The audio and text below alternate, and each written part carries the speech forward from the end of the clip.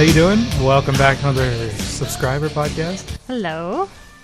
I'm going to turn it up a little bit more. Yeah. People can hear it. Okay. I think, well, actually, let me say off the bat that if you don't like Girls, Girls, Girls, you can blame Ida, Misanthropy, for sending it to us. She sent me 4 or 5 Motley Crue songs. So I don't happen to have Girls, Girls, Girls in my personal collection. You don't? No, sadly I do not. Although I know the song quite well.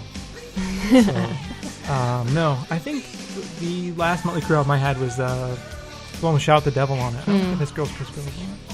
Well, anyway, suffice to say, this is like audio torture. It's like, you know, when you hear that they have, that they do this audio torture sometimes. Remember when the Branch Davidians in Waco, they were trying to get them out of their compound?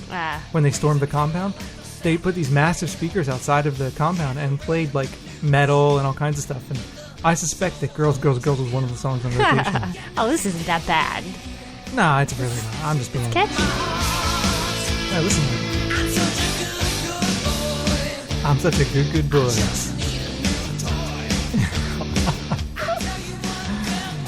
So anyway, yeah, we're back again because, man, this is a long song too. We wanted to talk to you. Last time we were on the show, we talked to you about being in the newspaper. Mm-hmm. And remember we said we were going to be interviewed and all that stuff. Well, today we were in the newspaper. We were indeed in the newspaper today. And we want to first thank all of you who wrote to us with suggestions about how to best deal with that whole thing. Because, yeah, and Rat Girl for giving us a call. Yeah, that's right. Rat Girl called. But anyway, all the suggestions were very helpful, and we used a number of them when we were talking to this reporter, who actually ended up being a fairly cool guy. Yeah. So he was a nice guy. We went over and met him in a local town at a coffee shop and just talked to him, and there was a photographer there. Some of you suggested that we not allow a photographer, but I figure what the hell? They're going to do it anyway. You know? Yeah. So we let the photographer there. Here goes Emmy again, going bonkers. Emmy, chill out. Anyway. So the photographer was there. There's a picture of us in the newspaper. It's very funny because the picture, we're on the same page. This is the D. We're on the front page of the D section, not our picture, but the article starts there. And then if you turn the page onto D2, there are 2 pictures on D2. The first one is Hillary Duff and Haley Duff at the top of the page. And just under that are us. You know, it's us underneath that. So it's pretty funny. I don't know if I'd ever be on the same page as Hillary and Haley Duff. There you go. Yeah. They're much more beautiful than we are. Yeah, they are. I mean, they're like plasticky beautiful. Mm-hmm. It's disgusting. God, it's disgusting. Well, no, I mean, look at them. Look at their lips. That's just not natural. No, that's like collagen and Botox and all kinds of other unvegan things going on there. So anyway, we were in the paper, and the suggestions that a lot of you gave us are very useful because, oddly enough, I was asking about the dairy question. You know, the question about the dairy farmers, how to answer that, and that came up. Mm-hmm. So I kind of figured it would, and I think we dealt with it pretty well. I think so too, because we really don't want to get the ire of all the local dairy farmers, even though we don't like them necessarily. Well, we don't want to piss them off. I don't think. Well, I don't agree with what they're doing, the small-scale dairy farmers locally, but I'm kind of in a position where I feel like they are such a tiny percentage of the production that it's really kind of pointless for us to go after someone like that. Yeah, where we need to focus our efforts is the factory farms, of course. I think so too, and I think, I think antagonizing small-scale dairy farmers is not wise on a number of levels because, they don't really contribute that much to the total overall production, and secondarily, I think from a public relations standpoint, antagonizing small-scale farmers in a community that is full of small-scale farmers is really stupid. So I tried to be careful not to do that, but I think going after the large-scale farmer, considering that there's only 1 or 2 around here, is probably a smart thing to do. Mm-hmm. So that's kind of the pitch that we took. And I think it came out all right. I mean, the dairy farmers aren't going to like us, but I don't feel like we went after them in any really horrible ways. No. In fact, any feedback we get on this... See, you're probably wondering why we're so worried about this, because it's just an article in the newspaper. Yeah. People up here take their news really seriously. Like, people really write letters to the editor, and they react and everything, and...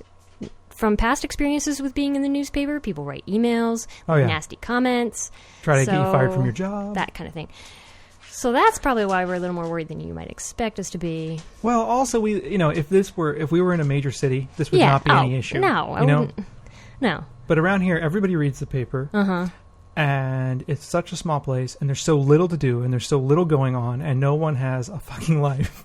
So as a result, this kind of stuff worries us. And at first, I would never have thought of it. I mean, like when we first came here, I didn't think anything of it. Like I thought, well, whatever. But no, it's not like that. It's like the whole entire region that we live in is like essentially one small town. Mm-hmm. It's fucked up. That's weird. That's the way it is. Yeah, and the county we live in is actually Democratic. They're a blue county. Yeah. Mostly because of union, I think, history, that kind of way. But the county the paper comes from is not. Very red. It's very red, and there's a huge military base there. Yeah, Fort Drum. Fort Drum. And there's a lot. It's weird when you go down to Fort Drum. It's like going down to Watertown, which is where Fort Drum is. It's like stepping into an alternate reality of patriotic bullshit. It's like flags and yellow ribbons and we support the troops everywhere, this kind of stuff. And I'm like, I don't really support the troops. I know that, a lot of you progressives out there are like, oh, how could you not support the troops? Well, let me tell you, I don't support the troops because they made the decision to enter into a military in which they are professional killers. I mean, that's your job. If you're a soldier, right? Mm-hmm. Your job is to kill when you're told to, right? Mm-hmm. Or to help in the killing. Mm-hmm. So I don't want them to die. I don't think that's cool. But personally speaking, I think the troops are part of the problem. Mm-hmm. I mean, granted, everybody out there is going to say, well, there are all these class issues and, all this other shit. And I agree. 50% of the people or something like that I went to high school with are in the military right now because they had no other choice. And so I recognize that. But rather than looking at the military as kind of the kind of welfare function of dealing with kind of society's leftovers, unfortunately, and, dealing with the underclass, why don't we look at what's going wrong with society rather than creating the military as the outlet for people who can't afford to really make a go in the world except for by fighting, Mm-hmm. So I know that's probably going to be unpopular, but I'm an unpopular guy. I'm used to it. Anyway, so I thought what I would do is just talk to you. We would just maybe read you the article if you're interested. If you're not, shut off now and go away. I'll begin, I guess. What do you think? Okay, sure. So the article begins with, first off, it has a little picture of the guy who talked to us, and he was cool. He's kind of a leftover hippie. Uh-huh. He admitted it to us, and he's, gray hair, ponytail, mustache. He's a cool guy, though. Yeah. He's a really nice guy. Yeah, he was a really nice guy. And he was very careful, I think, to get the right kind of idea going in the story. He actually read the book very thoroughly. He had it all marked up and everything, and I was really impressed. So. I was too. I was too. So anyway, this is on the front page of our Currents section, Sunday paper, and it says, "Couple with vegan views, no freaks. Ethic leading, think before you buy, authors ask." Bob Torres, a 34-year-old vegan and author and blogger and professor and tattooed work in progress in St. Lawrence County, had reason to be wary when I asked to meet with him and his wife. Bob and 33-year-old Jenna Torres belong to an ethico-dietary minority whose members are either, quote, lampooned as fools in the mass media or painted as sissies, radicals, and or terrorists, as those married co-authors with Cornell PhDs have written. Bob Torres worried that this local member of the press might want to poke dismissive fun at veganism and the local weirdos from Colton and the tenets of their book. So, do you want to read a little more? I'll go back. Back and forth. Sure. Let's see. There we are. Their book is Vegan Freak, Being Vegan in a Non-Vegan World, Tofu Hound Press, 2005, $12.95. While it occasionally annoys with a 30-something attitude of punkishly smug superiority, how dare they describe my fellow baby boomers as, quote-unquote, self-involved, Volvo-driving, NPR-listening, middle-aged, ex-hippie types, or consistently makes you think. Sweet. Yeah, so he was a little... That's like one of the first things he said to us, too. Yeah. And we're like, dude, we lived in Ithaca. You got to understand. Anyway, it makes you think about animal rights. Then it has you consider whether there is, and leaves you assured that there indeed is, viable life for an ethically guided human who choose to eschew meat, dairy, eggs, maybe honey, fur, silk, wool, down, leather, and an amazing range of animal byproducts containing commodities from latex condoms, safe for you maybe, but maybe not for milk cows, to gummy candies and marshmallows, no, say it ain't so, to probably your favorite brand of toothpaste, quick, spit and rinse. That nice glass of wine you're about to drain, whoa and whoa. Hold on, I gotta change the page here. It might have been clarified with egg products or even blood. And okay, let's see what do we have here. That pint of European beer you down, whoa and whoa again. It might have been filtered through isinglass, which is made of the swim bladders of fish. Those tires on your leather upholstered SUV, they likely contain byproducts of the slaughterhouse. Francis of Assisi, that sainted medieval lover of all creatures and tired, deprived rider of horse or donkey, had it easy compared to your conscientiously observant vegan today. Veganism isn't about some saintly form of perfection. Instead, being a vegan for ethical reasons is about reducing suffering to the greatest extent possible and practical, and it is up to you to define just how far that goes, Bob and Jenna Torres counsel readers.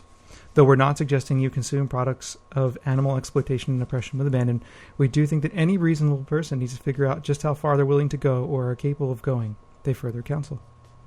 You want to go talk a little more? Go ahead. That's hardly the bitter medicine you'd expect to be forced to swallow by your stereotypical quote-unquote vegan police or vegangelicals, as Bob and Jenna Torres call the more righteously strident and wrathful among their kind. Bitter medicine, that prescription of yours, probably contains gelatin, a byproduct of the animal rendering process, and it was almost certainly tested on animals, the non-violently vigilant vegan couple notes. He was totally in the alliteration there. I know. It's like Pennsylvania bred. I sound like a hog. Pennsylvania bred. Bob and Jenna met as undergraduates at Penn State. Their accrued sheepskins, in quotes, suggest that they are both very book smart. He with bachelor's degrees in philosophy and agricultural science and master's and doctoral degrees in development sociology. She with bachelor's degrees in Spanish and plant science and master's and doctoral degrees in Spanish linguistics. Both teach at St. Lawrence University, where the meat eaters and ovo-lacto vegetarians hold the burger, pass the cheese, please, still far outnumber their subspecies of ethical vegan. Following a common progression among their minority, Bob and Jenna Torres for several years were ovo-lacto vegetarians. Cream in my coffee, but no ham in that omelet, please. They occasionally lapsed into old omnivorous ways. While teaching a class at St. Lawrence on food and ethics, Bob Torres began reading deeply on ethical theory and the question of animal rights. Moved by a shared ethical principle, he and his wife converted to veganism about 3 years ago. Animals should be treated as beings rather than things, and we do not have the inherent right to subjugate other beings for our own purposes, they argue. In human society, we call that slavery, and when we do it to animals, it is no different. There is no humane slavery, just as there is no humane slavery, there can be no humane slaughter, exploitation, or abuse of animals. Oh boy, that's the paragraph that's going to get us a lot of nasty letters. Yeah, well, it's true. By being an ethical vegan, you've decided to take responsibility for your food choices, and you've made important mental connections between what's on your plate and its role in needless animal exploitation, suffering, and death, they write. Your very presence and choices remind people, however subtly, that the death of animals for pure enjoyment is wrong, and since it is possible to live very well as a vegan, eating animals is nothing more than death for the sake of taste. Practically, you're withdrawing your support of an industry that kills at least 8 billion animals a year in the United States alone. That's up to 10 now. Yeah. Bob Torres has his biggest beef, of course he had to use the pun, his biggest beef with factory farms and the cruel, profit-driven exploitation of both livestock and human workers that is endemic there. In that respect, he and his North Country neighbors on traditional family dairy farms stand together, he said, when we met last week in Potsdam. You want to read? Sure. I don't want to come across as someone who's opposed to small family farms because I know they're having a really tough time, he said. My gripe is less with the small family farm and more with the industrial-scale agriculture. Now, I got to stop there and clarify for my vegan friends. Of course I have a problem with the small-scale dairy farm because they're as exploitative as anyone. But, in general, the animals still die. They still have to do things to remain profitable. But the cows are out to pasture and things like that. I mean, I sound like a welfarist, but, I think if we're going to compare evil, I don't think that a small-scale dairy farm is as evil as an industrial farm. Right. So I'm kind of trying to hedge my bets there a little bit. And, I don't want to come across as the radical that I am. But anyway, I'm trying to just kind of limit some of that. I don't want to lie, but I don't want to... You know what I mean? I'm trying to walk a PR line here. Mm-hmm. So bear with me. Family farms are more palatable in his vegan view. Still, as Bob Torres pointed out, dairy cows on those farms are slaughtered for meat when they dry up as milk producers. My preference would be that over time people would eventually move out of dairy production, he said. They know it's a long way off, but they'd like everyone to convert to veganism. They'd like to see a more compassionate world in which meat eaters were the marginal freaks and agricultural production and distribution were on a smaller, local scale. I think the distance between our food and ourselves is growing, so people don't have to think about where that's coming from, Jenna Torres said. Generally, I think what's most important to us is moving our food closer to us, her spouse said. I think by localizing the food production, we stand to benefit significantly both as consumers and as farmers. I think it's a matter of human community. I think it's a matter of human society, he said. It's not only about animal welfare, it's about human welfare. Veganism is not as hard to put into practice as it once was for the few who choose that way. Bob and Jenna Torres in their book Awful Helpful, and numerous references to both local and online resources for vegan products, from vegan erotic paraphernalia, think silicone and fake leather, to deodorants and lip balm. It doesn't even occur to people that it's a viable option, Jenna Torres said of veganism. It's really easy. Every year things keep growing. It gets easier and easier. That awful craving for cheese curd? I think people would be surprised at how quickly your taste changed once started on a vegan diet, she said. I think things change in a couple of weeks, Bob Torres said. Do you want to finish it? Sure. I'm at for those. Okay. For those looking for a good introduction to veganism, Vegan Freak is not the best book with which to start, Bob Torres said. He recommended The Way We Eat, Why Our Food Choices Matter by Peter Singer, author too of the influential Animal Liberation, and Jim Mason. Jenna suggested another vegetarian staple, Diet for a New America by John Robbins. And there is that I'll Never Eat at McDonald's Again classic, Eric Schlosser's Fast Food Nation. For readers of literary fiction, I would recommend J.M. Coetzee's 2003 novel Elizabeth Costello, a strangely compelling airing of the central ethical arguments for animal rights. The point of veganism is that everyone knows it's not going to make much of a dent in animal agriculture, whose tally of slaughter continues to rise, Bob Torres said. It's taking a stand. If that makes one a freak, so be it. I agree. Oh, we're done? Is my cake beeping? I don't know. Something's go check. Beeping. I'm going to go check. You talk. I'll talk. Jenna's going to go check on her baking here. Uh-oh, dog's going with her. So, yeah, anyway.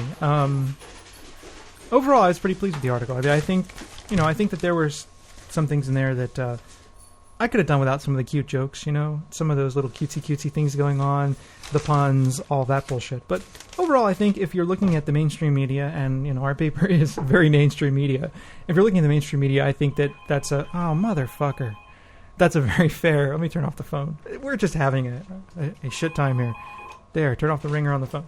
Anyway, I think if you're looking at the mainstream media, that's a pretty fair rendering. Rendering. See, they're bleeding into my consciousness. I think it's a fairly decent representation. I think that we got a pretty good shake in the article. Yeah, I think so too. That wasn't the cake. It still has 15 minutes left.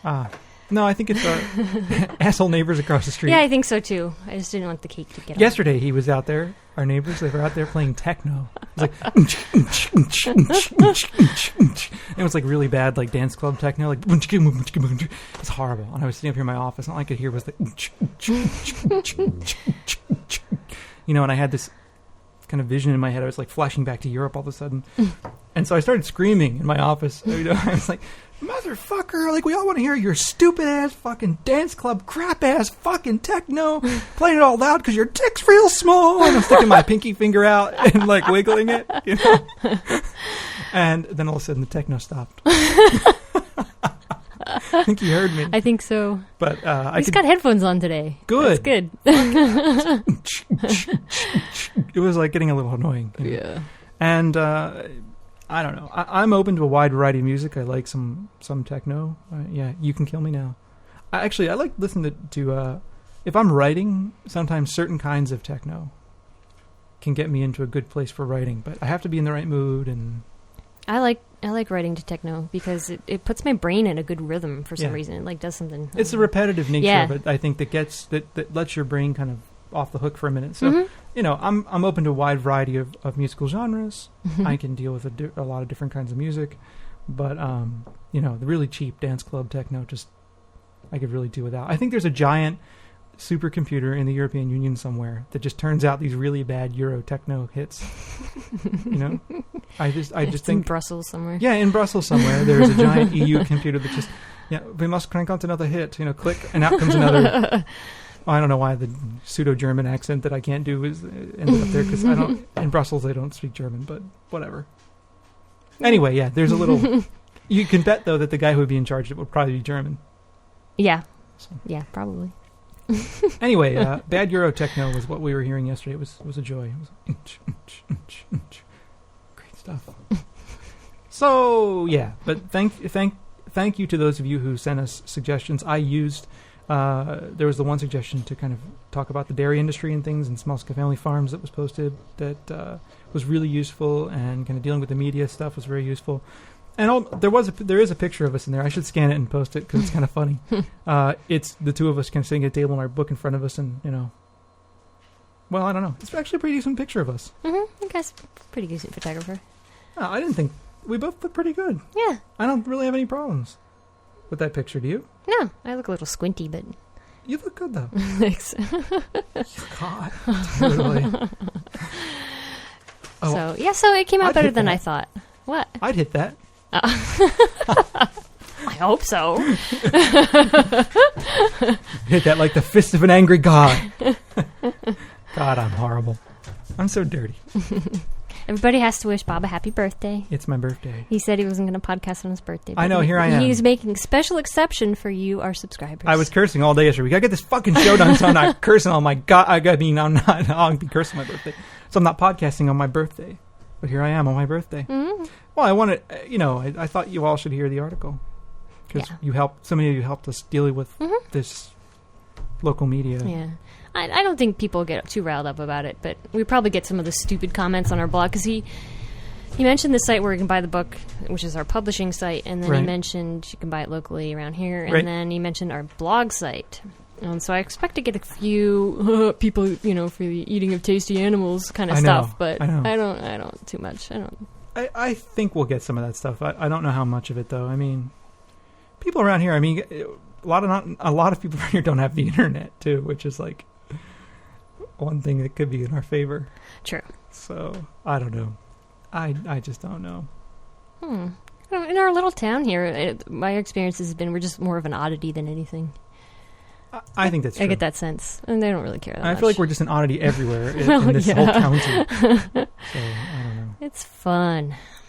I actually like where we live. And we say that a lot. I like where we live, too. It's pretty. It is. It's not bad. Also, there was one other thing that I thought I would just briefly talk about in our remaining moments that I posted on the forums today, but I thought it's worth kind of talking about. Someone, this person, I'm trying to get to the fucking page. Okay, here it is. There's a blog called bornveggie.blogspot.com, and this person's been sending me emails and things like that trying to get me to list I don't know, blog on our site. And it's a vegetarian blog, and we ain't down with vegetarians. I mean, no offense to any vegetarians out there, but I'm not going to pimp a vegetarian blog. There's just no reason to. So the person in an unrelated entry on veganfreaks.org left a comment. So, it's really, technically I was going to delete the comment because it's really comment spam. It's like, this is my blog, here's a link, let's have a debate kind of thing. Here, veganfreaks.org. You go to veganfreaks.org. Okay, there's this entry for Dispatches from Hell. Right? 2 comments for Dispatches from Hell. One comment is, this book sounds awesome, et cetera, et cetera, et cetera, things like that. And then the second comment is, what do vegans think about vegetarians? Here's what I think. bornveggie.blogspot.com. Let the rumble begin. Can I get away with that? Completely unrelated, blog spam, comment spam, but I left it in, and I went and read the site. And there's this entry there called Rumble in Veggieland.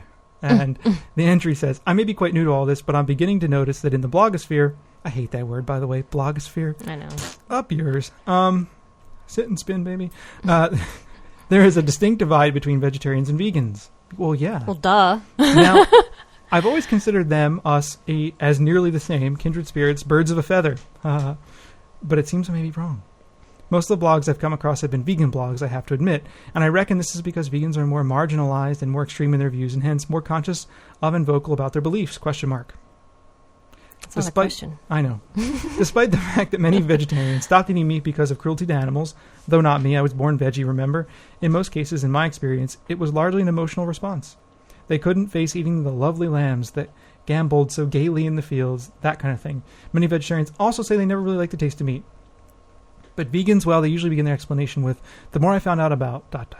This is only my experience, but it seems veganism is more of an intellectual response. I mean, eating honey isn't so obviously wrong, emotionally, in the same way that meat is, which is obviously a dead animal that was once living. It is only when you learn how it is reduced and think about it that you begin to go off it. I only say all this because I'm trying to understand the distinct sense of antipathy vegans in the blogosphere have towards vegetarians. And I think that maybe because they see us as half-earthed animal lovers, maybe even a bit soft, because even though we can't face eating meat, we're not strong enough to follow the argument through to its conclusion and realize that it's just as bad to eat other animal products.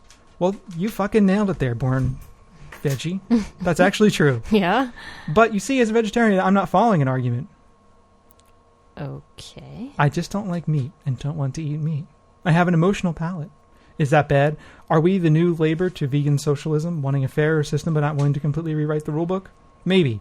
But I think vegans should realize that the emotional response is important, and while they may be the real embodiment of civilization I claimed for vegetarians in an earlier post, our hearts are all in the same place. So let's be friends, hey? So I left some comments, and a couple other people did too. And, they're fairly kinds of things you would expect to see. I'm waiting for Blogger now. Fucking Blogger. I said my only response would be that if you know better and still continue to consume the products of exploitation like milk, let's forget about honey for the minute, you're essentially part of the problem, not part of the solution. Mm-hmm. I think your analogy about politics is faulty in this instance. Remember, because of the way milk and eggs are produced, there's no way to avoid the death inherent in the system. If that bothers you and you continue to otherwise, then you're knowingly going against your own gut reaction against killing those animals in the field that you write about.